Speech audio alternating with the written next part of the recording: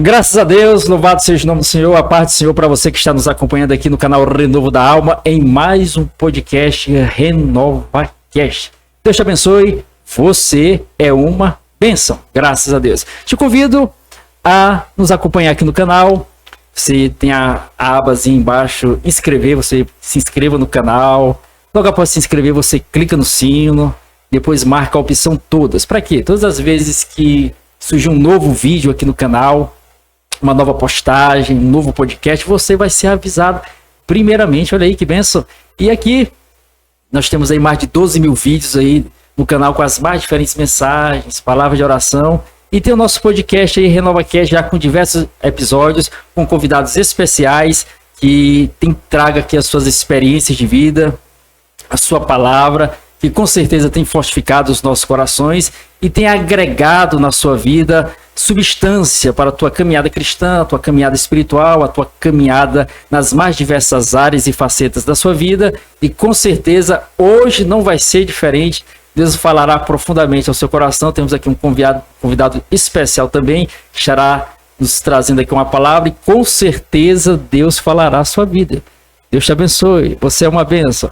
Então, antes de a gente conversar aqui com o nosso convidado, apresentar aqui os trabalhos que Deus nos agraciou. Temos aqui o primeiro livro, Radiografia para o Líder. Um manual de ouro para uma jornada bem-sucedida. Lendo aqui a fragmento aqui do primeiro parágrafo aqui do resumo aqui do livro. Diz o seguinte: sabe-se que a radiografia é um mecanismo que auxilia no diagnóstico e tratamento de problemas, visto que se extrai algo internamente externando, ou seja, trazendo a visibilidade com o intuito da resolução. Ou seja, numa radiografia normal, o profissional da área de saúde, ao observar determinada situação e não conseguindo detectar aquele problema, ele pede ali uma radiografia para analisar internamente o que está acontecendo. Aqui não é uma radiografia do corpo, mas da alma. E qual o instrumento utilizado para fazer essa radiografia? A gente trata no livro, viu? Adquire e você vai saber. Segundo livro. Líder, quem você representa? Uma bússola que norteia a caminhada em meio às desorientações da jornada. Também pegando aqui um fragmento aqui do primeiro parágrafo, diz o seguinte, no resumo. Civilizações sempre procuraram localização, pois a falta dessa colocaria a perder a geração. Criou-se então instrumentos, como a bússola, que orientou navegadores a grandes descobertas, como tesouros e novas terras para habitação. Então, se observa em épocas mais remotas, como no exemplo aqui citado, na navegação, a bússola era um instrumento importantíssimo. Hoje a gente tem diversos instrumentos que trazem aí essa facilidade da localização, porque localizar-se é algo importante. A pessoa vai em determinado local e pede uma referência, não, é próximo à empresa tal, então um ponto de referência. Da mesma forma, no curso da nossa vida aqui na Terra, tem momentos que a gente fica desorientado, a gente não sabe o que fazer ou a quem recorrer, e há uma necessidade de uma localização, saber aonde estamos, por onde percorremos e para onde estamos caminhando, e que consequências isso pode trazer para as nossas vidas. A gente trata desse assunto aqui sempre dentro de uma perspectiva, base, fundamento e alicerce bíblico, viu? E o terceiro livro, Líder, quem é você? Um guia que direciona o encontro consigo mesmo em meio a uma jornada de desencontros. Não importa a época, aqui pegando também mais um pedaço aqui do texto, primeiro parágrafo. Não importa a época que o líder tenha adentrado neste mundo. O que é comum a todos, indistintamente, é que nas fases iniciais da vida existe a necessidade de copiar alguém, como por exemplo, no falar, no andar, etc. Então, como já dito aqui, nas fases iniciais há essa necessidade do Ctrl+C e do Ctrl+V, ou seja, o ser humano ele vai aprendendo a andar ou a falar, observando ali o ambiente que ele está fazendo parte ali inserido. Então, existe essa cópia, você absorve essas características, mas no decorrer da vida, vai chegando a certas fases da vida, não há mais necessidade de copiar, porque cada um de nós, Deus fez com a sua originalidade, autenticidade, e é aí onde está a beleza da vida, em você ser você mesmo, e não precisar copiar ninguém. Mas para isso você tem que saber quem é você e como descobrir isso. A gente trata acerca disso também aqui no livro, também sempre como uma base e fundamento bíblico. Então, se você quiser adquirir um dos nossos trabalhos, você pode colocar aí no comentário, quero comprar, que aí a gente vai entrar em contato com você e estaremos aí conversando acerca disso. Deus te abençoe, graças a Deus. Pois bem, estamos aqui em mais um RenovaCast, convidado aqui especial, né? Uma bênção. Para mim aqui é um prazer, privilégio de ter aqui a presença aqui do nosso convidado, que com certeza, com a sua palavra, a sua experiência, vai trazer aqui ensinamentos e fortificação à tua vida através dos relatos que vão ser aqui decorrido aqui, vai ser lançado aqui através das palavras e Deus vai falar no seu coração. Se conecte aí, chame alguém, se inscreva no canal, amém? Deus abençoe. Aqui é o nosso convidado hoje aqui, pastor Francisco Feitosa. É isso, pastor? Ferreira Feitosa. Ferreira Feitosa. Então, eu quero deixar aqui, iniciar o nosso podcast, a NovaCast, agradecendo ao pastor desde já pela a sua disponibilidade. Eu sei que são muitas ocupações do pastor, tanto na área secular como na área pastoral no pastoreio, bem como tem a área familiar, né? Mas o pastor reservou um tempo aqui para estar conosco, desde já eu quero agradecer, viu, pastor?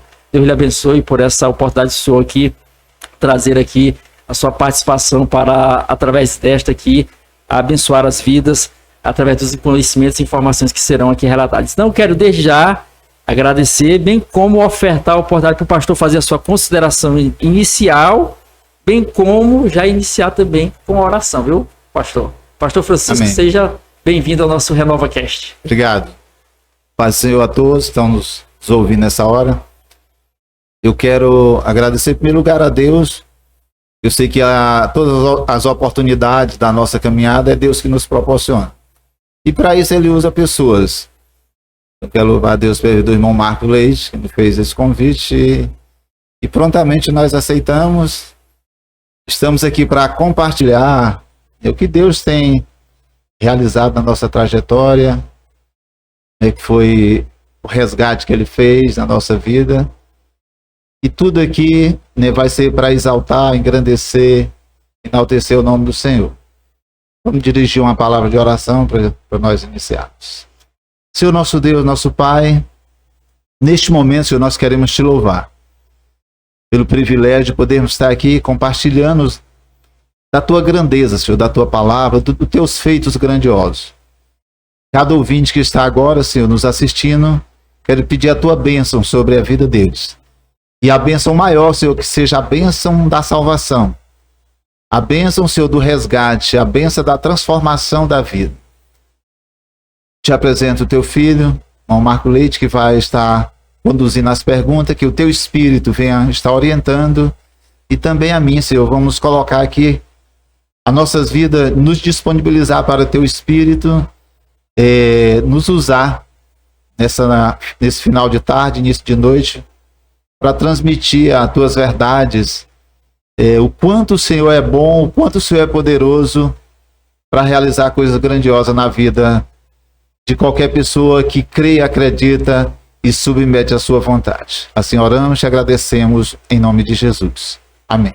Graças a Deus, louvado seja o nome do Senhor. Pastor Francisco, né? O pastor Francisco é brasileiro? Eu sou o Francisco da Marinalva. Ah, sim. Que você ouvia falar. Eu não sou branco, nem sou preto. Sou moreno regular. Não sou assim tão bonito de abismo, mas não sou feio de amargar. Eu nasci na cidade não, povoado, Sucupira do Norte, interior do Maranhão, lugar chamado Tapera. Na época não tinha médico, era uma parteira. E desde o início, até para me nascer, eu fui muito cauteloso. E a parteira disse que eu fiquei 2 dias sem querer nascer. Botava a cara, não, vou nascer agora não. Botava a cara, não, vou. Quando eu resolvi nascer, nasci já passado de tempo. Não reagi, tiveram que colocar de cabeça para baixo, balançar, me dar umas palmadas, bater numas panelas, para ver se eu reagia. Terminei reagindo.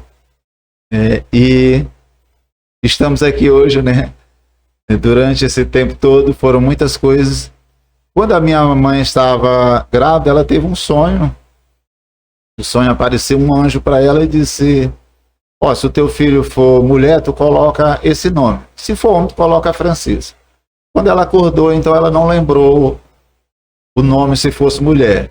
E ela ficou muito preocupada, mas quando nasceu, aí nasceu um caba macho. Foi eu e ela colocou o nome de Francisco.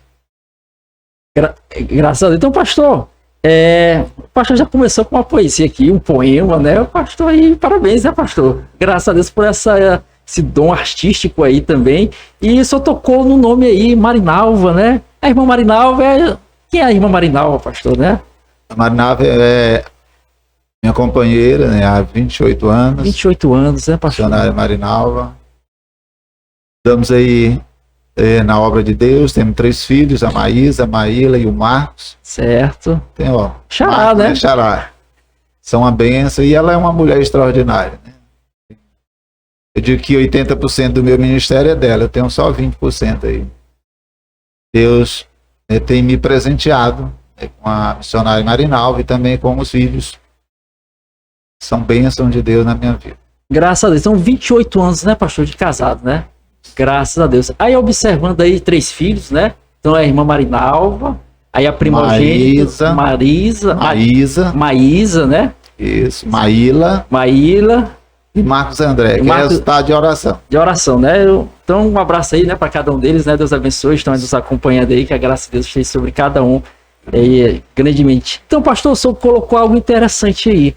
O senhor nasceu de parteira, né, pastor? Quer dizer, naquela época se utilizava muito devido, como o senhor falou, as condições, não era a questão do acesso a médico. Não existia. Se bem for falar, eu já conversei com algumas pessoas, o trabalho de parteira é um trabalho esplêndido, né? O cuidado, né, pastor? E tinha toda essa cautela aí de observar o tempo do nascimento e ela colocou que ainda ficou 2 dias ali naquele período, né? Porque quando a mulher, quando o menino é para nascer, a mulher dá as dores. Né? Sim, sim. As dores de parto. Que a Bíblia diz que a vinda de Jesus é como a dor de parto, né? Daquela que está grávida. Certo. Porque a dor de parto, ela começa com a contração, com o tempo, vamos supor, dá uma dor aqui agora, dá 40, 50 minutos, dá outra. Certo. Depois essas dores, elas vão se intensificando. Elas vão reduzindo o tempo de contração. Aí depois ela dá de 20 em 20 minutos, depois de 10 em 10, e uma dor em cima da outra até que a criança nasce. Assim são os acontecimentos que antecedem a vinda de Cristo. Antes esse acontecimento aconteceu com um espaço muito grande. Certo. Hoje não, é um em cima do outro, né? Então, provando que o menino está para nascer. O menino está para nascer. Jesus está para voltar. Aí o pastor, nesse caso aí, pastor, o senhor disse que já ia perguntar também se Francisco era uma questão religiosa da sua mãe. Não foi não, né, pastor? Foi um sonho que ela teve. Foi isso. Então, no caso... E a família já tinha 2 Francisco Feitosa. Já tinha E todo mundo, não, mas já tem 2 Francisco Feitosa. E ela disse, não, mas o anjo quer para botar Francisco. Olha. E quando eu me converti aqui, ela não era crente, lá anterior, minha família não era ninguém crente. E fui a primeira vez lá, estava com 2 meses, tinha me convertido. E aí reunimos a família todinha. E ali eu ministrei para eles. Praticamente todos choraram, se abraçaram, chorando. E eu disse para ela, você lembra quando se ela estava grávida? Naquele tempo, Deus já me escolheu para mim estar hoje trazendo a mensagem aqui para vocês. E ela me abraçou chorando. E depois foi se convertendo, minha mãe, meu pai, meu avô. Deus foi salvando, cumprindo a sua promessa de salvação na minha família. Graças a Deus, né? Cumprindo o que diz lá Atos 16:31, né? Crê no Senhor Jesus, será salvo tu e a tua casa. No caso, o pastor é o quê? É o filho único, tem outros irmãos, é o mais velho, é o mais novo? Eu sou o mais velho. Sim, eu sou o mais velho, né? Sou o mais velho, depois de mim veio 9. Veio mais 9, né, pastor? 9. Só que 3 faleceram, já nasceram mortos. Sim. E 2 nasceram, mas poucos dias morreram. E temos 7 hoje. É o pastor Nivaldo Feitosa, que também é pastor. Tem um irmão que é pastor, né? Mora onde, o pastor? Mora lá no Imigrante e é pastor ali no São José. É na cidade de Imperatriz também. Cidade de Imperatriz. Sim. Aí tem o Jalbas, que mora em frente lá também, no Imigrante. Tem minhas irmãs Socorro e Domingas e Alinalva, que moram na cidade de Mirador. E meu irmão mais novo, Edinaldo, que mora na cidade de Povoado Várzea, que é município de Sucupira do Norte. Sucupira do Norte. Então, pastor, o senhor foi lá mesmo que o senhor, em Sucupira, que o senhor teve esse primeiro contato com o evangelho? Ou não? Como foi que o senhor ouviu falar de Jesus, acerca de Jesus? Ou o senhor já frequentava outra denominação tradicionalmente religiosa? Tinha esse apego com a religião ou não? Tinha. Minha mãe era muito religiosa, Sim. Religião católica, e ela sempre nos ensinou desde pequeno, para a gente comer tinha que rezar o bendito, tinha que rezar a Ave Maria, tinha uma tradição. Certo. E minha mãe queria que eu fosse ser padre. Eu ajudei os padres lá em Mirador, participava das atividades, só que eu disse, mãe, o padre não pode casar e eu quero casar, e aí não vai dar certo esse negócio, né? Aí vim morar em Imperatriz, em 77, na casa da Chica Bela e Mané Rocha, que ao lado aqui da Unimed, aqui na rua Santa Teresa. E eles eram crentes aqui da Assembleia de Deus. E eu comecei a ir para a igreja com eles. A irmã Dadá sempre passava lá em casa, fazia oração. E aí me casei com a Marinalva lá em Mirador. Fui buscar lá em Mirador, porque não quis casar com alguém aqui da cidade grande. E a gente namorou 6 anos por carta, eu escrevia a carta, ela mandava a carta. O correio quase cansa as pernas de deixar a carta aqui em casa. E aí, quando a gente se converteu, aliás, quando a gente se casou, nós começamos a ler o Novo Testamento. Tinha uma foto de uma criança branca, uma criança bem lourinha, na capa do Novo Testamento. Sim. Às vezes a gente ia lá pro clube da Caema, levar o Novo Testamento e ficava deitado numa rede lendo. Aí meu irmão, o pastor Nivaldo, se converteu. Morava comigo, eu, Nivaldo e o Jalbas, e ela veio morar com a gente aqui. Então quer dizer que o senhor se deslocou de lá, foram os 3 irmãos que vieram. Os 3 irmãos, eu vim em 77. Sim, você vinha para estudar, trabalhar. Vim para estudar. Sim, estudar, sim. Depois os outros vieram. O senhor veio abrindo caminho, né? Abrindo caminho para cada. Aí depois a avó Chica morreu, o Mané Rocha, e eu comprei a casa que era deles. Aí os meninos vieram. Certo. Então o senhor tem essa veia pioneira, né? Isso. E abriu o caminho, né, abriu pastor? o caminho. Graças a Deus. Quando eu me casei, eu já tinha casa, né? Eu tinha esse propósito, só vou casar quando eu comprar uma casa. Quando a gente casou, aí ela veio com a gente, ela veio morar comigo e tinha os 2 irmãos, então era nós 3 e ela. E ela, né? Todo sábado a gente saía para jogar bola e beber uma cerveja, todo sábado era tradição. E a gente recém-casada, às vezes eu chegava à tarde, ela estava chorando, deitada na cama, 1h da manhã, e ela chorando. E a gente começou a ler esse Novo Testamento. Mas o senhor foi presenteado com esse Novo Testamento? Eu acho que era da avó Chica, do Mané Rocha, eu estava lá em casa. O senhor comprou a casa logo após eles falecerem, né? Mas eu já morava com eles. Já morava com eles. Eles já eram crentes, eu morava com eles. Sim. E já encontramos esse Novo Testamento. Começamos a ler. Então a gente saía lá, ia lá às vezes final de semana lá pro clube da Caema, em vez de jogar com o pessoal, eu ficava na rede lá lendo. E aí logo em seguida o pessoal da Adventista foi fazer um curso com a gente lá em casa. Pessoa que jogava bola com a gente. Aí quando foi na 9ª lição, a gente estava estudando com eles, aí eu me converti aqui na Jerusalém.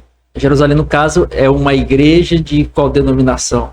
Jerusalém, Assembleia de Deus. Assembleia de Deus, né? Assembleia de Deus. Certo. Assembleia de Deus, para quem não está nos acompanhando, não é crente, a Assembleia de Deus, para facilitar o entendimento, a empresa tem filiais, né? No caso da igreja aqui, em vez de chamar filial, chama congregação. Congregação. Aí nesse caso aqui, foi na Assembleia de Deus. É porque eu já ia direto para lá com minha avó, ainda ela morreu. O senhor morava próximo também, né? Aqui na Santa Teresa, próximo. Certo.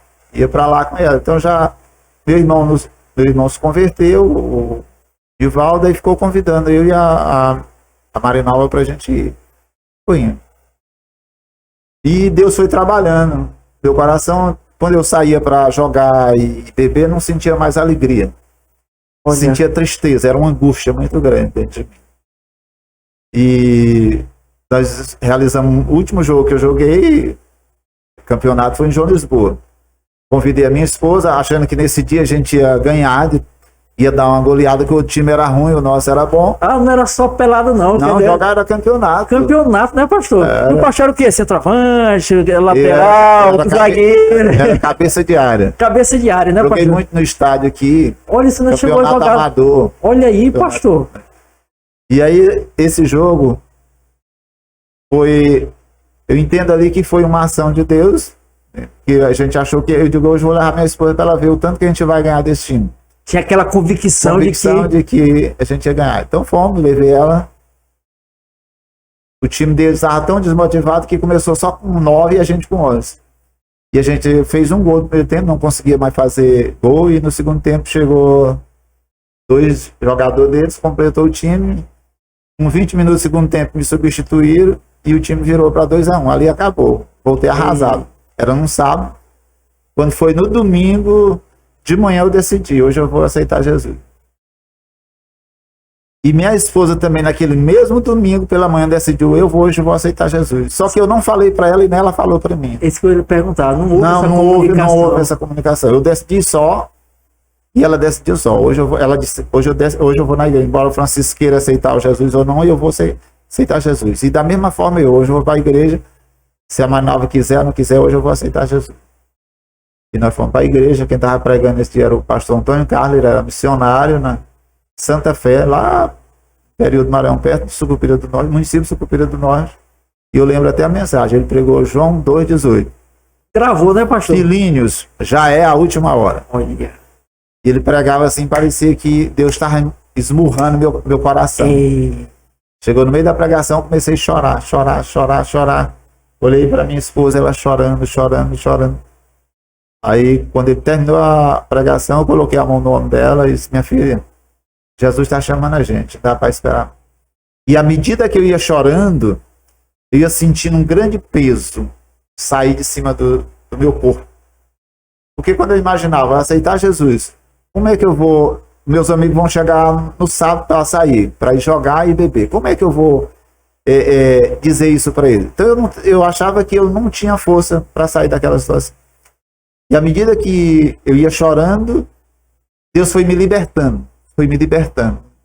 Daquele dia nunca mais eu fiz nada. Eu era viciado em jogo de sinuca, em baralho. Eu saía daqui para jogar campeonato de baralho na Mucuíba, jogar campeonato de sinuca no Bananal. Eu era viciado em sinuca e baralho, em jogo. Eu ia ali pro Hora, o Nego Hora e o Bernardo, às vezes vinha do IFA, que eu estava lá, parava lá, descia lá, às vezes ia chegar em casa 4 horas da manhã, assim, jogando baralho. Aposto. Nesse dia Deus me libertou. Nunca mais eu voltei para nada disso. Então ali foi uma libertação instantânea. À medida que eu ia chorando, Deus foi me libertando. E aí quando eu coloquei a mão no pescoço, que a gente saiu no corredor da Jerusalém, que a gente, realmente quando não é que a gente gosta de assentar atrás, né? Aí a gente saiu, a igreja praticamente toda Jerusalém chorou e mais 12 pessoas veio atrás de nós aceitando Jesus. E ali quando foi com 7, 8 dias, eu já estava mais o irmão Cássio visitando os outros 9 convertidos que aceitaram Jesus depois da gente. Então já começou assim uma grande sede de levar a palavra. Aí já falei para o pastor Raul, arruma um missionário para mandar lá para a minha família. Já me preocupei com a salvação de toda a minha família. Então foi algo que não tem outra explicação, né? Só Deus para fazer uma obra dessa na vida da gente. Então a gente observa aí, pastor, nesse relato que o senhor trouxe aí agora aí, que o senhor sentia de certa forma um peso, uma prisão. Né, pastor? E aquilo que o senhor achava que era alegria, né, que aparentemente era algo externo, o senhor tinha prazer em fazer, caso de jogar a bola, de repente o senhor perdeu aquela vontade, né, e sentiu esse peso, esse fardo do senhor, e decidiu naquele momento ali, sábado, não é isso? Eu decidi no domingo pela manhã. Não, assim, não de ir para a igreja, né?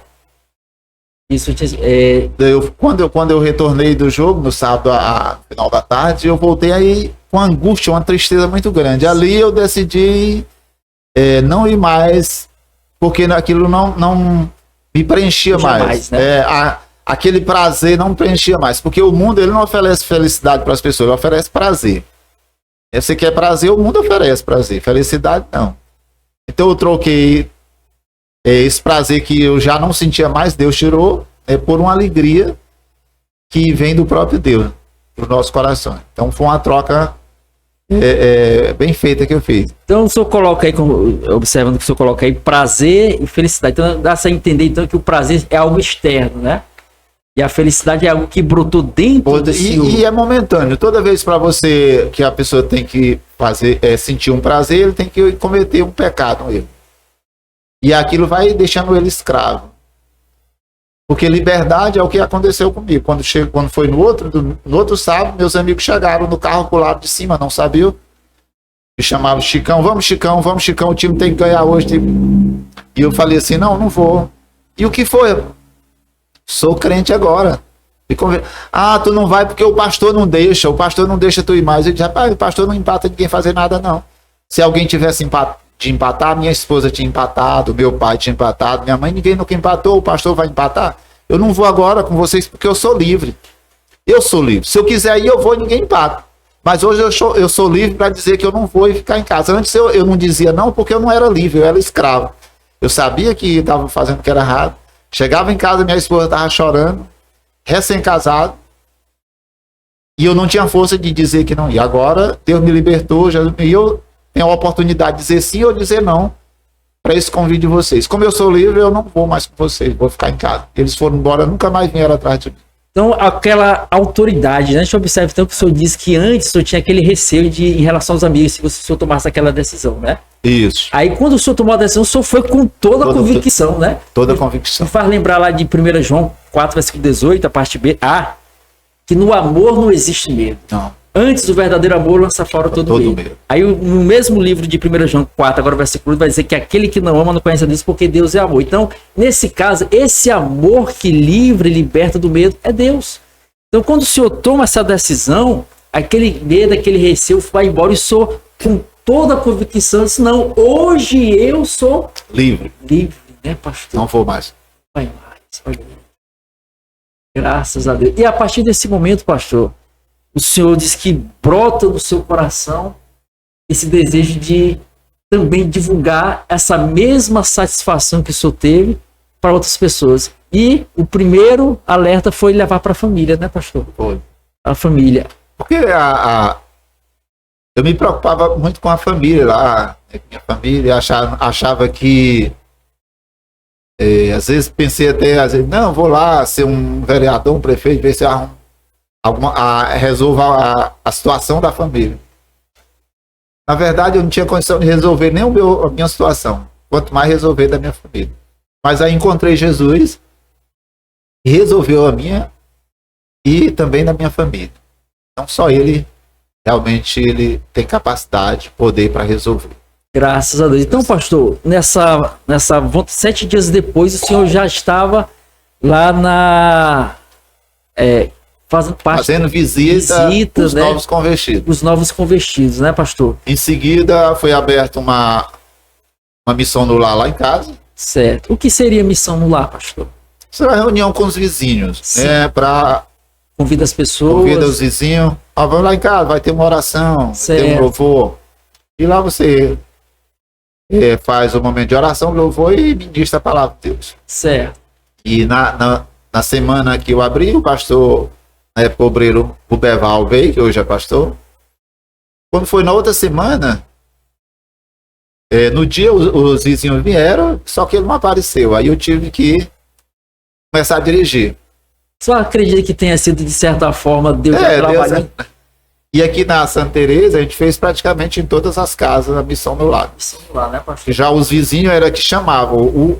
A gente fazia na casa de um vizinho, que não era crente, e aí já deixava a outra casa marcada por semana. E aquele vizinho chamava todos os vizinhos dele e trazia, às vezes dava 20 e poucas pessoas que não eram crentes, assistindo o trabalho de missão no lar. Então hoje, muitas dessas pessoas, irmão Nonato, irmã Nice, a irmã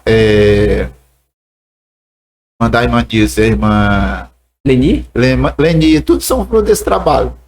Missão no lar. Então o senhor teve essa estratégia, né? A missão no lar era o senhor, como convertido, convidava as pessoas para o seu lar.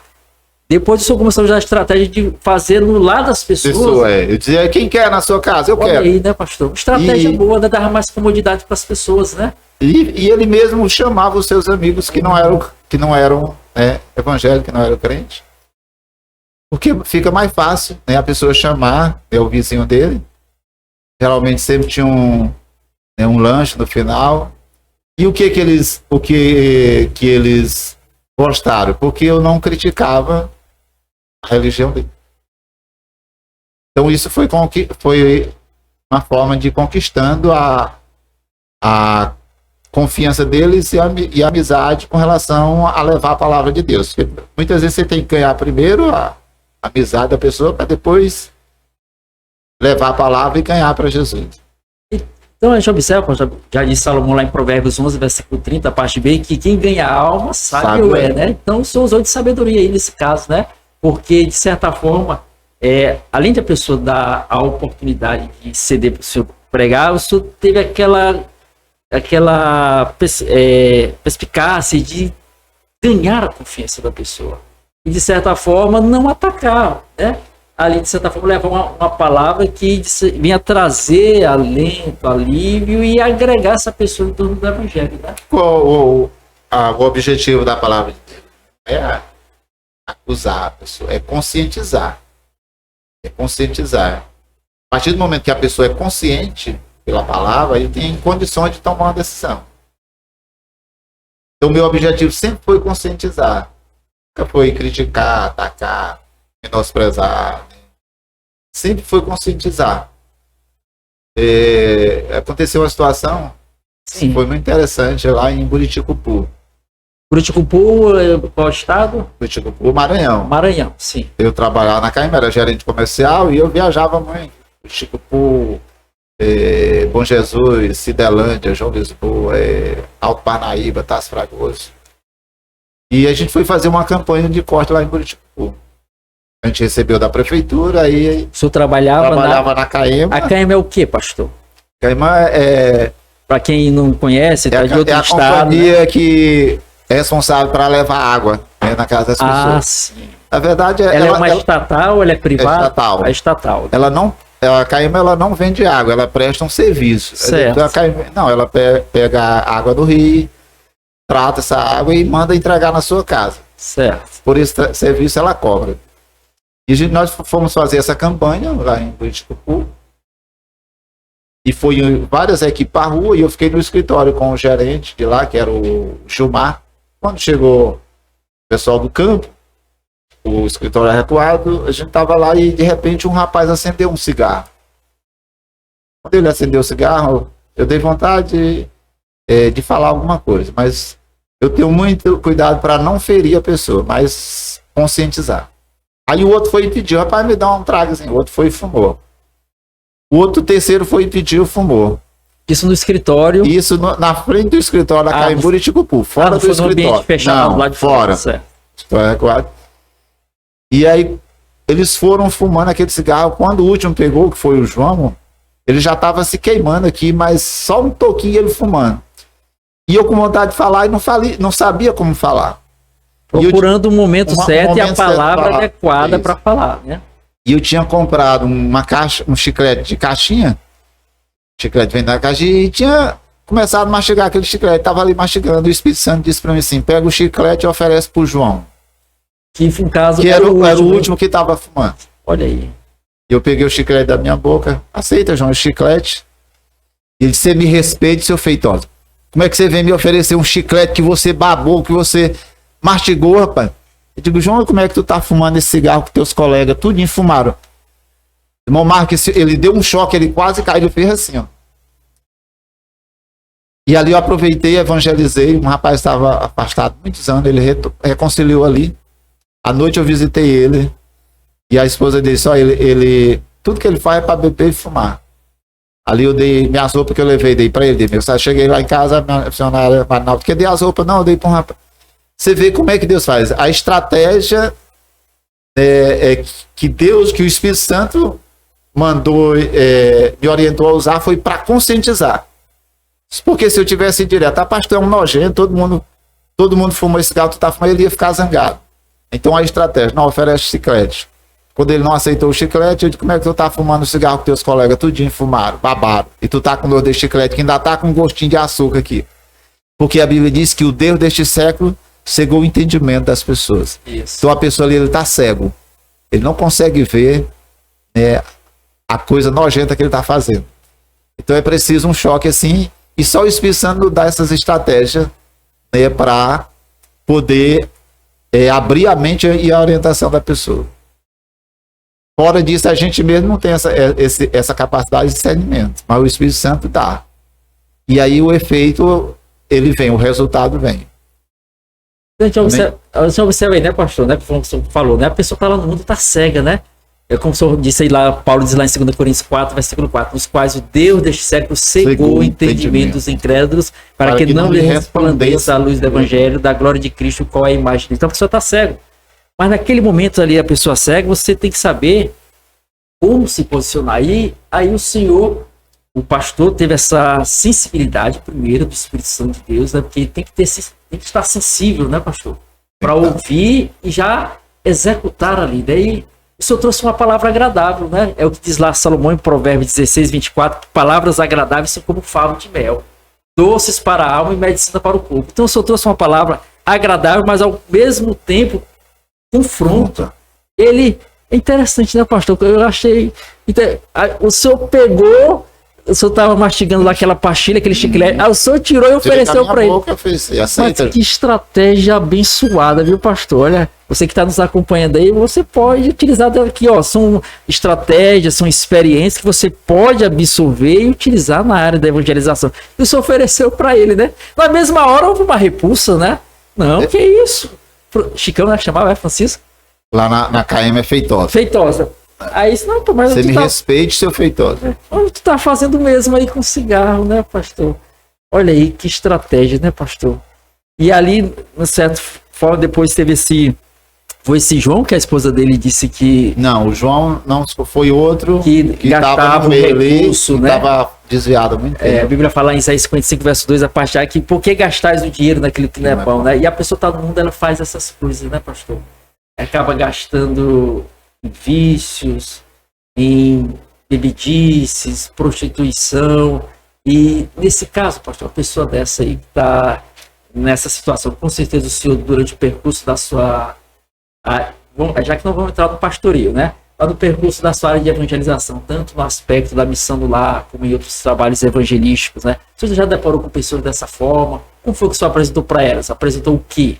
Para que, de certa forma, algo mudasse na vida dela? Foi a mesma fórmula que funcionou com o senhor? Foi a mesma água que o senhor bebeu? Como é que foi, pastor? Cada pessoa, você precisa ter discernimento, né, para poder levar a mensagem. E isso só o Espírito Santo que nos orienta.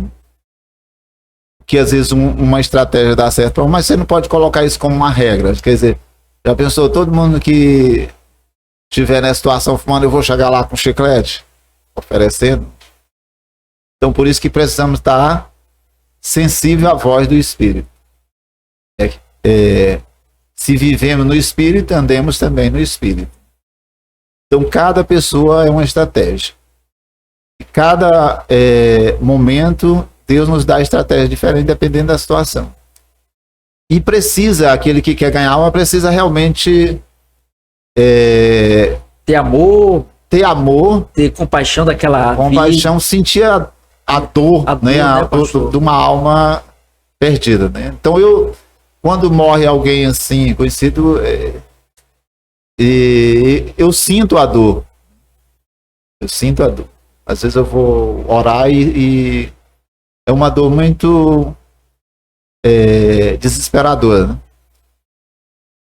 E a cada dia essas experiências, né, quando você vai vivendo, elas vão acontecendo porque você está sempre atento para ganhar a pessoa.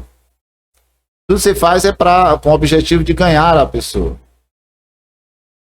Nunca para querer condenar. Porque Jesus disse, eu não vim condenar, eu vim para salvar. Levaram uma mulher lá que estava em adultério e ele não condenou, só mandou ela arrumar a vida, né? Arruma a vida. Então são muitos anos aí de experiência, né? E é um prazer, e não tem alegria maior do que a gente poder orar por alguém aceitando Jesus. Até o céu se alegra, né? E a alegria do céu vem para nós aqui. Então, pastor, nesse caso aí, tem que esperar a pessoa vir até o Senhor, ou a pessoa que já tomou uma decisão ao lado de Cristo, já conhece a palavra, tem, de certa forma, uma obrigação de levar essa mensagem ou não? Tem que ir atrás do pecador ou tem que esperar? Como é que é isso? A pessoa está lá no mundo, eu tenho que ir lá, me deslocar, levar a palavra para ele. Se eu já conheço essa palavra, se eu não levar, serei cobrado. Como é que funciona isso aí, pastor? Com certeza. A ordem de Cristo não foi as pessoas virem até nós, foi a gente ir até eles. Vão por todo mundo e pregam o evangelho a toda criatura. Então, se eu sou omisso com essa ordem, com certeza vai ter um ajuste de conta com aquele que deu a ordem e com aquele que nos salvou. Aconteceu outra situação de uma senhora que eu evangelizei ali na Rua Paraíba. Evangelizei ela vários meses. Senhora de idade, ela é lá do interior, da onde eu nasci. Conterrânea sua. Conterrânea. Veio morar aqui e aí eu fiquei evangelizando. Senhora de idade já muito enraizada, né, na sua tradicionalismo tradição, né? Mas um dia eu vinha descendo na Dogival de bicicleta, morava aqui na Santa Teresa. Nós estamos aqui na Coronel Manuel Bandeira, viu? Por isso que eu estou mostrando aqui, ó. Na Santa Teresa. Eu morava na Santa Teresa entre Coronel e 15 de Novembro. Tinha uma bicicletazinha amarela, cor de abóbora. Um dia eu vinha descendo na Dogival, quando eu cheguei em frente ao Hospital São Rafael e a Clínica dos Acidentados, aí o Espírito de Deus falou comigo, disse, vai lá na casa da Avelina e faz o convite para ela agora. E eu com vontade de vir para casa, andei... Mas, pastor, só lhe interrompendo aí, o senhor falou, o senhor ouviu essa voz? Como é que é isso? Você teve a pessoa entender assim, não, Deus falou comigo. Como é que é isso aí, pastor? Eu sinto a voz aqui no coração, um impacto, sim, né? Impacto, né? Aquele impacto, aquele desejo, né? Sim. E eu andei mais um pouco, parei, botei o pé no meu filho, querendo vir para casa.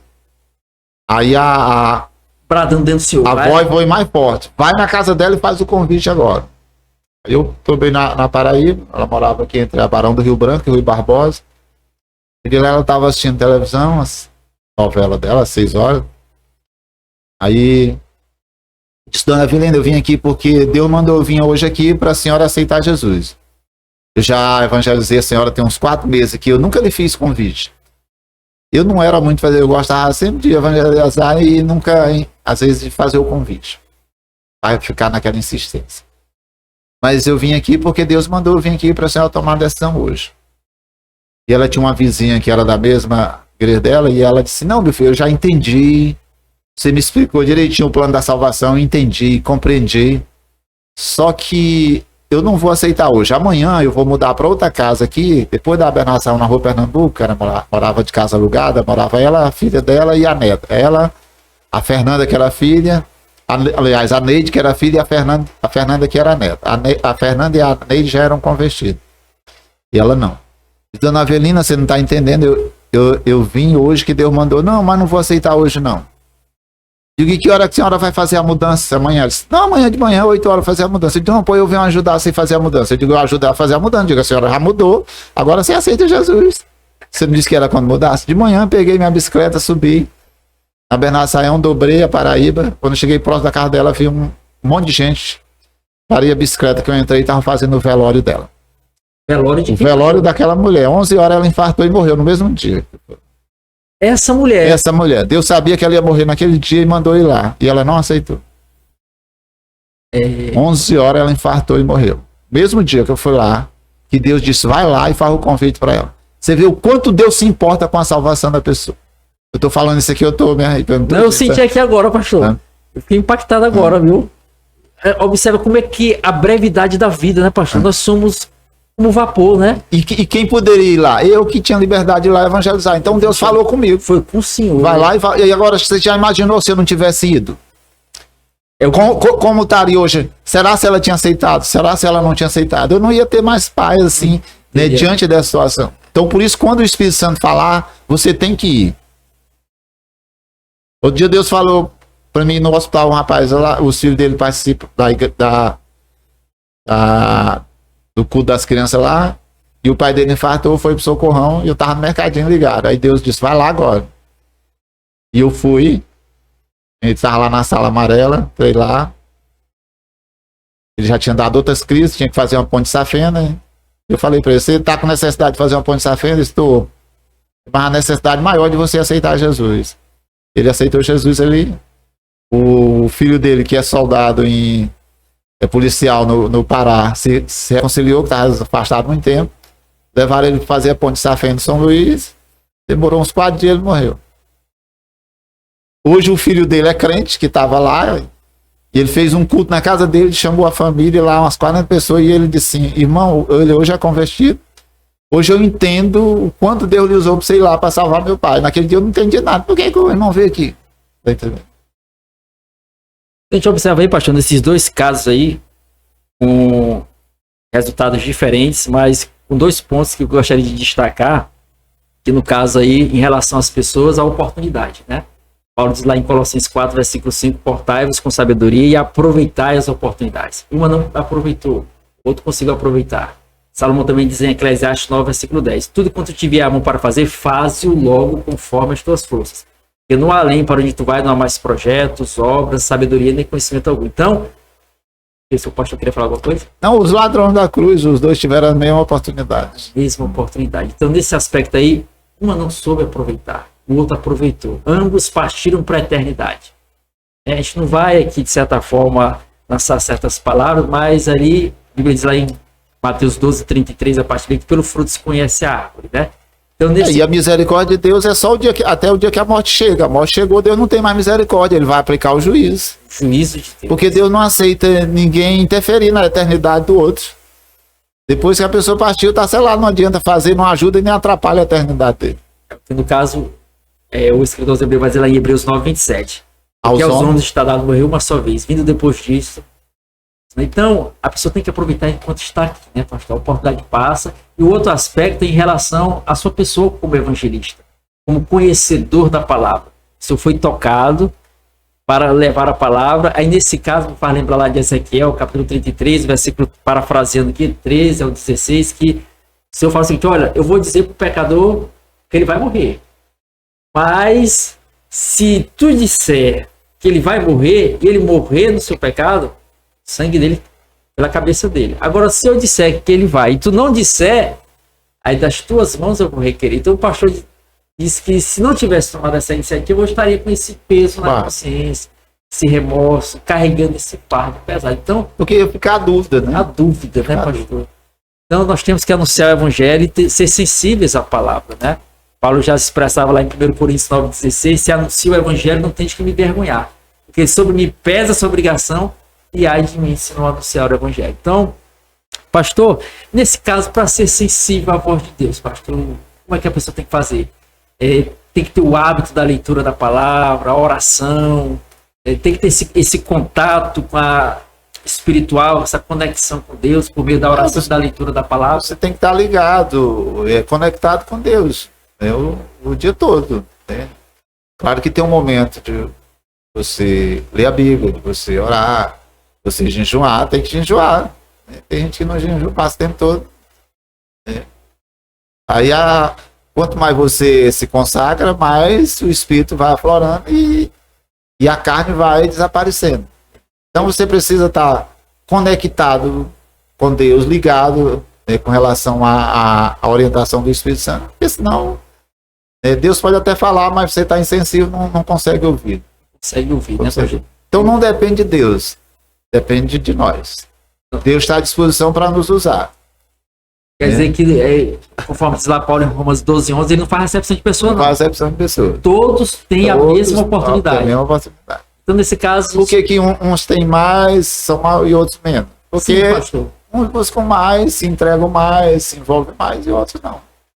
Aí, nesse caso, a gente observa, pastor, um dos pontos pode ser também a leitura da palavra. O senhor falou a leitura, a oração, o jejum. O senhor disse que um dos seus primeiros passos foi sozinho, juntamente com a sua esposa também, lendo o Novo Testamento. Né? E que convence o Espírito Santo, né, pastor? Convence o Espírito Santo. Mas, para a gente,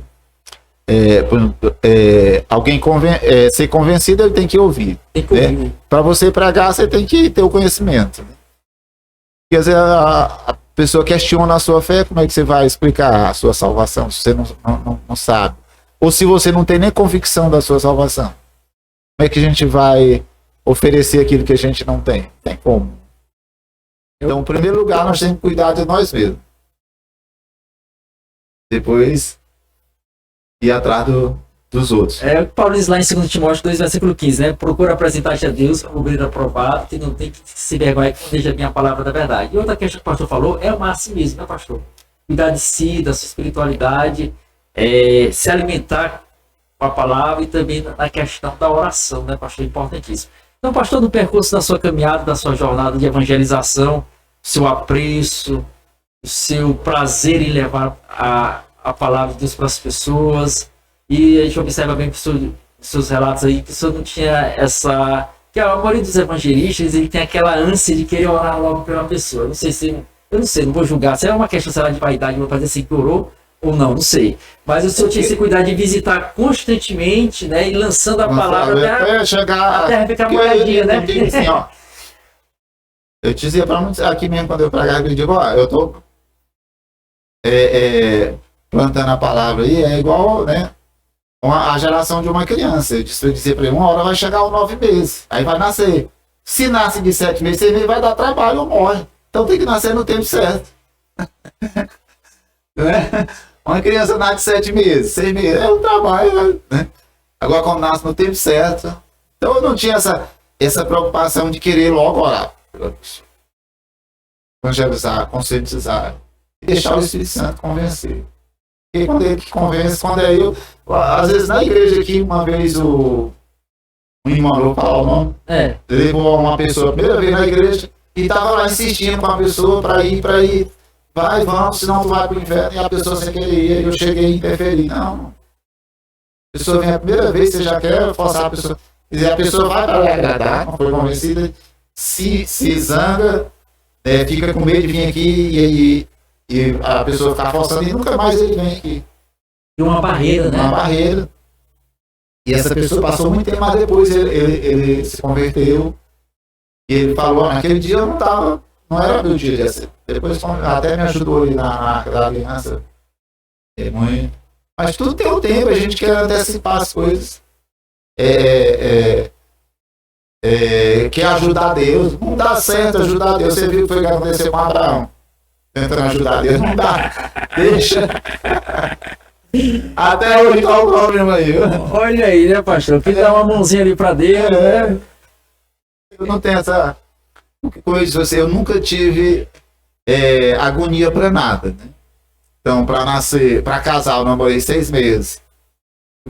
Para aceitar Jesus, eu visitei várias igrejas, Batista, Adventista, e lendo a Bíblia, e visitando, e lendo. Até eu digo, não, aqui eu acho que está dentro daquilo que eu já li, já entendi, essa aqui, por isso que eu fui. Para mim entrar no ministério foi a luta. Foi difícil. O pastor Alvo me chamou 2 vezes, o pastor Hildo, e eu não ia. Nesse caso, o pastor evangelizando, ganhando almas, levando a palavra do Senhor. Aí, nesse caso, pastor, Deus, vendo o seu amor, o apreço para as almas, Deus lhe chama para o ministério. Como foi que aconteceu essa chamada para o ministério? Para o pastoreio? Começou muito cedo, logo que eu me converti, como eu falei. Aí comecei a liderar departamentos da família, departamento de discipulado, né? Na Jerusalém discipulei muita gente, praticamente no período que eu fiquei, quase todos passaram por lá, eu discipulei. Campanha, botava... Campanha seria o que, pastor? Campanha de evangelização são cultos nas ruas, em frente à casa dos irmãos, ou pessoas que e convidam a igreja para fazer um culto. Aí só faz esses trabalhos, discipulado, evangelização, cultos de campanha. Isso. Até aí depois fui convidado para ser consagrado a diácono. O pastor Hildo me chamou, depois me indicou para presbitério e me indicou para entrar no ministério. Nós fomos no tempo central, eu fiz a entrevista com a missionária. E um dia nós fomos, no dia seguinte, eu fui na sexta, dia seguinte, no sábado, ia ter um batismo geral, a gente ia descendo por Rio ali, esse batismo ia ser no cais, e ele disse, você não foi lá fazer a entrevista? Eu fui. Não, pô, disseram que você não foi não. Eu digo, mas eu fui eu missionário. Eu também nunca fui atrás, saber o que aconteceu, ele também disse nada e ficou por isso. Eu não fui atrás. Eu sei que eu fui. Depois o pastor Raul me chamou, colocou meu nome, ó, tu vai dirigir ele lá no final da Vila Redenção. O pastor Raul mora nem aqui na Santa Teresa, aqui não tem como eu sair, eu chego 7 horas do serviço, eu não tenho como ir pra lá. Eu não adianta eu entrar e depois estar lá, só o pastor me transfere de lá. Depois me chamou outra vez para ir no final da Vila Nova. Eu, pastor, não vou, eu disse. E alguns amigos meus são pastores e dizem assim, o pastor Raul não te chama mais. O pastor Raul não te chama, já te chamou, foi 2 vezes, o pastor tu disse, não, eu digo, rapaz, se todas as promessas que Deus fez, foi ele realmente que fez, na hora certa eu vou entrar, nem me preocupo. Vou nem atrás, me preocupo, na hora certa vai acontecer. Nesse processo eu tive câncer no fígado, perdi 60% do meu fígado. Eu estava em São Luís operado, minha esposa ganhou o neném lá, o meu mais novo, Marcos André. Então, situação difícil que nós passamos, mas tudo isso era Deus trabalhando. Certo. E aí, quando eu fui comprovar, estava com câncer no fígado, e aí, de repente ela apareceu grávida. E nós não éramos pastor ainda, isso tudo era um processo, né, para a gente poder. E aí nós fomos para São Luís, fiz a cirurgia, ela foi comigo, me acompanhando para voltar para pegar o neném aqui, lá ela entrou em trabalho de parto e ganhar o neném lá. E o médico de São Luís disse que eu sou um homem de sorte. Chico, tem um homem de sorte. Por que, doutor Arnaldo? Você era para tu ter morrido desse câncer, o câncer comeu mais de 60% do teu filho e tu não morreu, tu é um homem de sorte. E eu disse para ele, doutor, não tire a glória de Deus e dê para a sorte, mas isso aqui não é por causa de sorte, é por causa de Deus. Deus disse que eu não posso morrer enquanto ele não cumprir as promessas que ele tem para a minha vida. Eu não posso morrer. Deus usou pessoas, pode desafiar a morte, desafia a morte. A morte não pode te matar enquanto eu não cumprir o que eu tenho para a tua vida. Era uma coisa tão extraordinária que um dia Deus usou um bêbado. Eu parei com o irmão João, vocês lembram do irmão João que foi ser pastor lá no Bom Jesus, tinha 2 rapazes. Isso. Sim. Eu e o irmão João fomos um seminário lá na Monte Boa, quando nós paramos na Lagoas. Vi um rapazinho bêbado cambaleando em cima da calçada. Quando eu parei o carro, ele olhou para mim assim e vai rapidinho um dinheiro. Aí botou a mão no meu peito assim e disse: Deus quer você um pastor, rapaz. Deus quer você um. O irmão João, meu Deus, que Deus usando um bêbado para dizer que é você um pastor. E ele saiu e foi embora. Foi embora. Você tá aí. Eu observo aí que Deus usa quem quer. Quem quer. Na hora que quer. Da forma que quer. E botou a mão no meu peito assim, por cima do vidro do carro e disse: Deus quer você um pastor. E falando com autoridade que eu me tremi, irmão João, meu Deus, eu tô tremendo aqui desse bêbado falando que Deus quer você um pacto da palavra. Aí como é que aconteceu? Então, alguns amigos meus, pastor, me chama, se foi Deus que falou que vai me. Então eu não ia porque era longe, eu chegava às 7 horas de serviço, eu queria morar perto da igreja. O pastor Edmar estava na Jerusalém, tinha um pontinho de missão no lar ali, de pregação, na 13 de maio, com a Coreolano Milhão, onde é o prédio hoje do Bibil. O irmão Valdeci que dirigia lá. Eu disse: irmão Francisco, eu vou botar o senhor para dirigir esse pontinho lá, no lugar do Valdeci, tá bom. Aí eu fazia o trabalho na segunda e na quinta. Aí foi aumentando o número de gente, aumentando. Aí a gente mudou. Isso foi em que ano, pastor? Isso foi em 2012. 2012. Eu entrei no ministério em 2013. Aí nesse caso, ele já tinha regressado de São Luís, né? Já tinha regressado. A irmã Marinalva e o Marcos André. Os 3, né? Que a Maísa e Maíra e Marcos André. Certo, sim. Isso, esse processo de cirurgia foi em 2005. 2005. E aí os meus colegas, pastor, vamos te chamar. E chama, se foi Deus que falou, então começamos esse trabalho.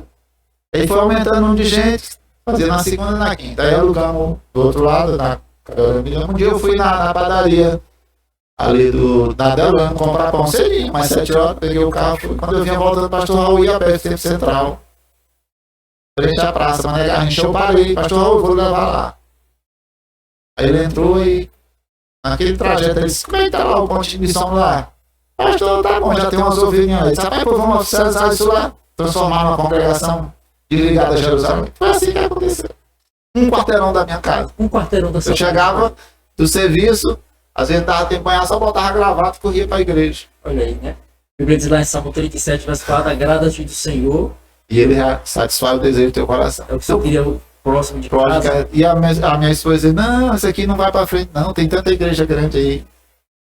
E Deus abençoou tanto aquele trabalho ali. Ali chegou a ser a 115 pessoas, tinha 150 pessoas. A contribuição ali, dava 12 mil, 14. Foi uma bênção. E aí sempre então você vê assim que Deus chama. Diz, alguns dizem Deus tarda, mas não falha. Deus não tarda e nem falha. O homem é que se apressa muitas vezes. Então, quando chegou o momento, minha esposa teve não, realmente é o momento de Deus e nós entramos. E a prova foi que Deus abençoou. E nós ficamos 7 anos ali, 7 meses, 7 dias. 7 anos, 7 meses, 7 dias, né, pastor? Então, pastor, a gente observa aí, fazendo um breve relato, resumo, que não se pode dar ouvido às críticas e também a certas palavras. Você tem que ouvir a voz de Deus, olhar para Jesus. O profeta disse lá em Isaías 45, verso 22, olhar para mim e sereis salvos, vós todos os da terra, porque eu sou Deus no alto. Então, as palavras ali diziam, você não vai ser mais porque já fomos chamado já 3 vezes. E você disse que não. Mas o senhor não deu ouvidos a essas palavras. O seu ouvido estava focado no que Deus havia dito. Eu tinha convicção do que Deus tinha falado. Eu tinha certeza que na hora certa ia acontecer. Então eu não precisava ir lá no gabinete do pastor Raul, ficar lá, pastor Raul, me coloca, eu quero entrar no ministério. Não. É o que o pai sempre gosta de falar, pastor Antônio Carlos, ele diz que tem 3 vozes que clamam no mundo. A voz de Deus, a voz do diabo e a voz do homem, né? O senhor ouviu a voz de Deus, não deu ouvido à voz dos homens, né? Mas acreditou e a promessa se cumpriu no tempo certo e conforme o senhor desejava no seu coração, né, pastor? E Deus abençoou o trabalho, né? Conforme o senhor disse aí, prosperou grandemente, né? Vidas aí sendo abençoadas através do seu ministério, porque o senhor se propôs a ter essa graça de fazer a obra de Deus com toda essa dedicação, né, pastor? Uma das cenas mais incríveis que aconteceu ali na igreja foi com a irmã dos Reis. Você conhece a irmã dos Reis? É mãe do irmão Cláudio. Eu trazia ela para Jerusalém, uma cadeirante. Eu botava a cadeira dela atrás e ele não era crente, ele era meio. E Deus salvou ele. Os vizinhos ninguém acreditava, isso aí não vai para lugar. E eu disse, não, Deus tem uma obra na vida dele. Deus salvou. E a obra maior, assim, causou impacto foi o dia que ela foi batizada com o Espírito Santo. Olha. A gente estava numa campanha para ser batizados. Não fui sexta-feira, ministrei tranquilo. Eu não sou fervoroso mesmo, sou mais de ensino. Aí convidei, quem quer ser batizado, vem na frente. Aí ela veio, empurrar a cadeirinha, eu botei a mão assim, comecei a olhar por ela. E ela começou a se alegrar, de repente ela botou.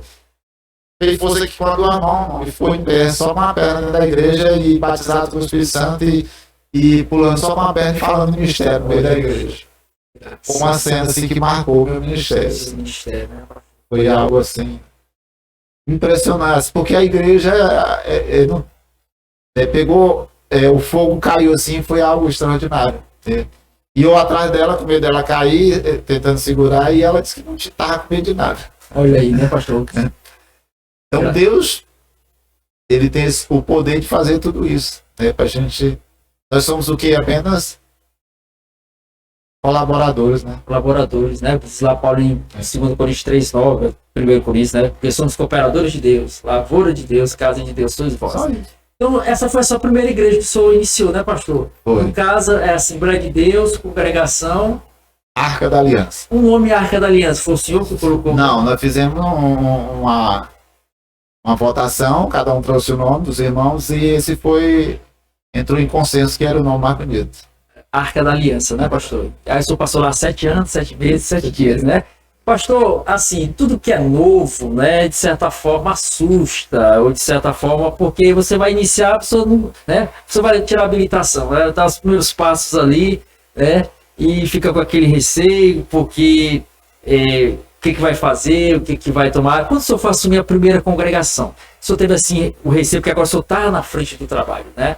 Agora o senhor estava ali na liderança, teve algum receio ou não? Já desenvolvi o trabalho normalmente como missão no lar e foi só apenas uma continuidade disso, né? Não, eu não tive receio nenhum. Porque não confiando em mais, confiando no Deus que tinha me chamado. E a gente já tinha experiência de dirigir trabalho na Jerusalém, que era uma igreja grande. E muitos irmãos da Jerusalém foram congregar lá comigo, eu fui. E outra coisa é que eu entendo uma coisa, quando a gente está no plano de Deus, no projeto de Deus, a gente não precisa ter medo de nada.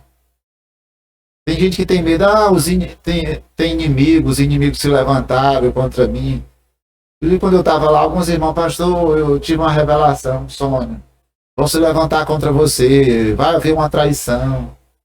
E se houver traição, eu não sou melhor do que Jesus, vocês estão preocupados porque vão dormir, vão descansar. Porque eu entendo, eu olho para a vida de José e eu vejo, se eu estou dentro de um plano de Deus, todas as pessoas que aparecerem na minha trajetória, ninguém será inimigo meu. Todos serão um instrumento de Deus que Deus vai usar para cumprir o projeto que Ele tem para a minha vida. Os irmãos de José pareciam que era inimigo mortal dele. Não era instrumento de Deus. Deus estava usando para cumprir os projetos que Deus tinha para a vida de José. Assim é o meu pensamento. Eu não tenho medo de traição, de nada, de nada. Eu vi uma vida porque eu sei que foi Deus que me chamou. Tenho plena convicção que não foi o homem. Porque se não fosse Deus, já teria morrido fazia tempo. E Deus usou outras pessoas. Deus usou um pastor lá, imperador, nunca tinha visto ele. Ele estava lá pregando lá e eu fui dar uma carona para ele. Ele entrou. Quando ele entrou no carro, ele pôs na frente, ele entrou atrás assim. E quando ele entrou no carro, comecei a andar e ele botou a mão no meu ombro assim. E Deus falou assim: eu te livrei da morte. Eu te livrei do vírus. Para tu fazer a minha obra. Eu tinha me visto aí, eu disse, pastor, realmente o vírus que eu tinha o vírus da hepatite B, devido ao vírus virou câncer. Eu te livrei do câncer, eu te livrei da morte, eu te livrei. Aí eu só fiz parar o carro e dirigir e não consegui mais dirigir, chorando. Então eu tenho essa convicção, não me preocupo, né?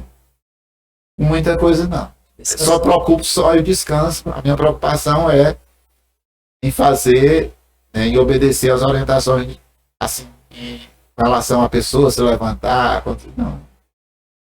Porque quem está na frente da obra, às vezes, você chega na igreja e tem. Eu digo, rapaz, a igreja é de Jesus. Se vocês quiserem arrumar confusão com a igreja dele, não é minha, não. Pode arrumar. Você é apenas cooperador, né, pastor? Sou apenas cooperador. E eu sou passageiro, porque o pastor é passageiro, é tipo filhos. Os filhos são passageiros, o casamento é que fica. O pastor é passageiro, a igreja fica, o pastor passa. Pastor passa, né, pastor? Aí nesse caso o senhor passou 7 anos, 7 meses, 7 dias. Aí o senhor foi para onde depois, pastor? Eu fui para Maná do Céu, no Conjunto Planalto. Maná do Céu, né? Aí o pastor ficou quanto tempo lá? Eu fiquei 2 anos. 2 anos, né? Aí de lá o pastor foi para mais outra igreja. Agora, atualmente, esse ano eu fui para... o pastor botou para Luz de Cristo. Luz de Cristo, né? Ah, tá. Aí lá no Parque Imigrante. Aí o pastor... Sim. Parque Imigrante. O pastor já está com quanto tempo lá já? 3 de janeiro, né? Ah, já foi esse ano, esse né? ano de janeiro. 26 de janeiro. Tá certo. Então, pastor, nesse percurso da sua caminhada, da sua trajetória, eu sei que o senhor tem diversas experiências, tanto no aspecto da área da saúde, o senhor que já citou alguns relatos, né? De evangelização, essa área também de demônios, o pastor teve algum caso inusitado, parece que o pastor gostaria de partilhar com a gente também. Existe demônio, pastor? Possessão maligna? Acontece isso aí? Você já teve algum caso assim? Vários, vários casos. Vários casos. Tem algum que, de certa forma, ele chamou a atenção? Assim, que, de certa forma, a possessão demoníaca não tem jeito para não chamar a atenção, principalmente para pessoas que não têm essa... não faz parte do convívio humano, do ser humano tem, né? Quando acontece, de certa forma, assusta, a primeira coisa que elas fazem é correr atrás de quem, pastor? É de quem que tá com medo. Aí corre atrás de quem? É de um tá. crente. Eu lembro que na época eu andava atrás do pastor Antônio Carlos, atrás de mim. A gente morava aqui. Mas é uma realidade. No Ministério de Jesus a gente viu vários casos, Ministério dos Apóstolos. Então não é uma coisa. Ficou restrito lá no passado, não, pastor? Não. Acontece ainda hoje. Hoje acontece constantemente. Aí nesse caso, pastor, para sair, tem algum remédio que a pessoa toma para expulsar o demônio ou é espiritual? Como é que é esse negócio? É espiritual, você tem que estar preparado. Tem que viver uma vida de consagração, como eu falei antes. Sim, o senhor falou. Você tem que viver uma vida de consagração, jejuando, orando, se consagrando, porque você não sabe o momento que vai. Mas eu falei na igreja aqui, eu estava na igreja aqui, o pastor veio pregar, ele era motorista, ele foi motorista em Goiânia, ele estava pregando na igreja que um dia, dentro do ano, uma pessoa ficou possessa. E ele já era crente, e ele foi procurando pastor nas igrejas, na igreja o pastor não estava, e o pessoal ficava com medo de começar, aí ficou o ônibus vazio, ficou só ele e a pessoa possessa. Aí ele teve que ir lá e expulsar o demônio. Quando ele orou, o demônio disse: rapaz, se eu tivesse orado, quando estava todo mundo, tinha glorificado o nome de Jesus, agora só eu, galera aqui. E eu falei na igreja assim: ó, vocês têm cuidado. Qualquer momento vai aparecer a oportunidade, vocês têm que estar preparados. Eu falei à noite, no culto de quarta-feira. Quando foi 4 horas da manhã, o telefone bateu lá em casa. Uma pessoa disse: pastor Francisco, o irmão tal tá pedindo se eu vir aqui que o filho dele tá com problema. Eu falei pra minha esposa, ele tá endemoniado. Mas é mesmo, eu digo, tá. Cheguei lá, ele tava em cima da cama. Na hora que o demônio me viu, ele disse: eu sabia que tu vinha. Eu sabia que tu vinha. Olha, pastor. Esse... Sabia, pois vai embora agora. Então, casca fora, né? Sai em nome de Jesus. Mas é uma luta. É uma luta, né, porque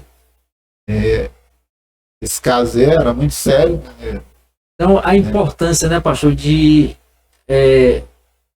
a pessoa que já tomou a decisão ao lado de Cristo, a gente tomar cuidado, as coisas dessa vida vão levando a gente ao entretenimento, a ponto de a gente esquecer esse lado espiritual que existe, né, pastor? Porque já permanece o mesmo aí, não mudou não, nas mesmas táticas que ele usou na época de Jesus. Se apoderando de pessoas, ele utiliza ainda nos dias atuais, né, pastor? Essa necessidade de ir ao campo, atrás das pessoas, evangelizar e levar a mensagem, né, pastor? Tem que levar a mensagem de resgate, né? E além da mensagem, você leva o poder do nome de Jesus. Né? Que ele autorizou: no meu nome vocês expulsarão o demônio. É no meu nome. Agora, para usar o nome de Jesus, tem que ter autoridade, tem que estar pronto. Né? Não adianta só usar sem estar preparado, porque vai passar vergonha. Né? E o demônio sabe se você está pronto ou não. Ele sabe. Né? Ele sabe. Então, quando a pessoa ele não está, ele fica até com medo. Ele tem medo de ir, ele não vai. Não vai. E ele, de certa forma, ele sabe, conhece, mas também ele joga para ver se cola, né? Ele jogou para cima do senhor, né? Eu sabia que tu ia para ver se ele intimidava, né? Aí o senhor tranquilo, não, eu tô aqui então, né? É para ver se intimida, né, pastor? Ele é astuto, né? Pastor? E a Bíblia diz pra gente não dar lugar para ele. Não tem lugar ao diabo. A pessoa talvez está até preparada, tem autoridade, mas não pode se deixar intimidar nesse ponto aí, né? E ele jogar uma dessa aí. Uma chantagem você cair, né? Cair. Então você tem que ter convicção da autoridade que você tem. Você está pronto para enfrentar aquela batalha espiritual. Se você ficar coxando dois pensamentos, aí ele apronta uma dessa aí. Sabia que tu vinha, tu tá com medo de mim. Às vezes fala, né? Tu tá com medo, pastor, tu tá com medo. Tem que ter essa convicção. Então, pastor, eu queria aqui já conceder a oportunidade para o pastor. A palavra que é agradável. Tem que passar rápido aqui. Muito bom. E a gente vai correndo aqui. É uma vez. Pastor, trouxe aqui diversas experiências aqui agradáveis, que com certeza vão fortificar a tua vida. vão fortalecer você. E, pastor, eu queria aqui desde agradecer, pastor, pela sua disponibilidade, principalmente estar conosco aqui. Deus lhe abençoe grandemente, né? Você já é abençoado, né? Mas ainda tem espaço para minha pessoa, né? Eu deixo de dedicar uma palavra para o pastor, que Deus continue abençoando o senhor, viu? Amém. E quero aqui desde já ceder o espaço para o senhor quiser acrescentar mais alguma coisa, pode acrescentar. Quiser mandar um alô, um abraço aí para alguém aqui, né? Família, também fique à vontade. Então o espaço é do senhor aí, viu? Amém. Trazer também alguma palavra para os nossos ouvintes, o que Deus colocar no seu coração. Não tem outro sentimento nesse momento, a não ser o sentimento de gratidão a Deus. Por a gente ser tão limitado, ser um vaso de barro, mas nesse vaso de barro, ele coloca a excelência dele, né, que é o seu espírito, para que tudo redunde para a glória dele. E às vezes eu vejo muita ostentação na igreja, nas igrejas, né? Muita ostentação. Tudo que faz tem que divulgar. Tudo que faz tem que mostrar o que está fazendo. E aí a pessoa termina aparecendo muito mais do que temos que aprender com João Batista, né? Não importa que ele cresça e eu diminuo. Eu quero mandar um abraço para toda a minha família, a missionária Marinalva, Marcos André, a Maíla, a Maísa, e dizer que vocês são uma bênção de Deus na minha vida. Minha filha fez aqui uma pequena poesia para você, mas você sabe que eu faço, sei fazer mais. Ela agora fica tímida. E as pessoas que estão nos ouvindo, estão nos assistindo ou irão nos assistir. O mundo, as pessoas buscam uma razão para ver, sentido para ver. E esse sentido ele só é encontrado quando nós estamos dentro do propósito pelo qual Deus nos enviou aqui. Nós não viemos aqui por um acaso. Deus nos colocou aqui com um propósito. E o propósito principal é servi-lo. É viver para quem é dono da nossa vida. A vida não é nossa, nós não temos vida própria. A vida é de Deus. A vida sua, a vida dos seus familiares, tudo é de Deus. Então qual é o mais coerente, o mais sábio? É viver a nossa vida para quem é dono dela. A palavra de Deus diz lá em Coríntios 5, 13. E ele morreu por tudo.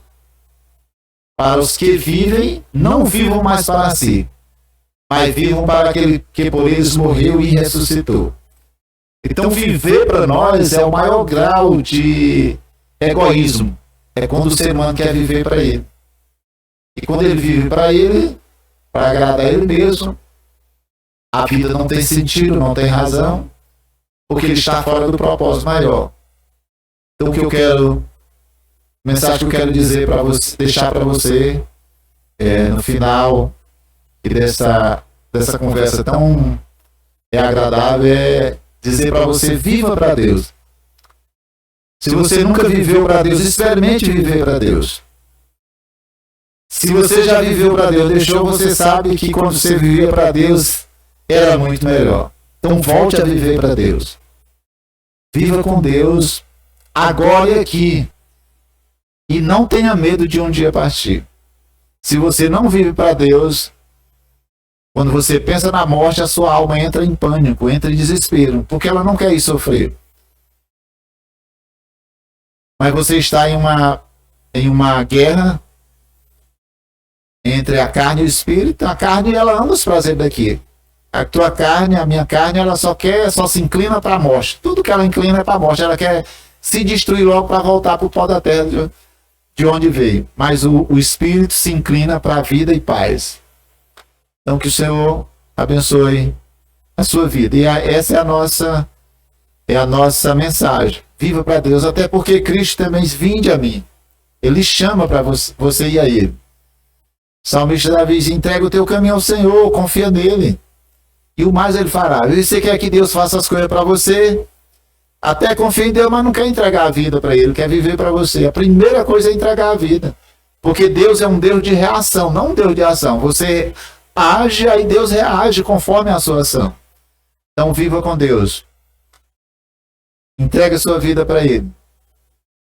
Coloque diante dele os seus projetos. Aqui eu não falei na área financeira. Se fosse falar, são milagres que muita gente nem acredita que Deus é capaz de fazer. Tem gente que pensa que Deus faz, aí ele diz, rapaz, eu faço isso porque eu faço a obra de Deus, porque eu sou um pastor. Não, meu sentimento, Senhor, a dívida agora aumentou. Tu fez isso na minha, agora eu tenho que fazer mais para as pessoas, tenho que fazer mais para a tua obra. Esse é meu sentimento de dívida. Sempre que Deus faz algo, sentimento de dívida. Eu estou devendo mais. Sentimento de fazer mais. Irmão Marcos, Deus continue te abençoando. Você é uma bênção de Deus. Glória a Deus. Adeus. Amém. Amém. Então, pastor, encerra com oração aí o nosso podcast aqui. Glória a Jesus.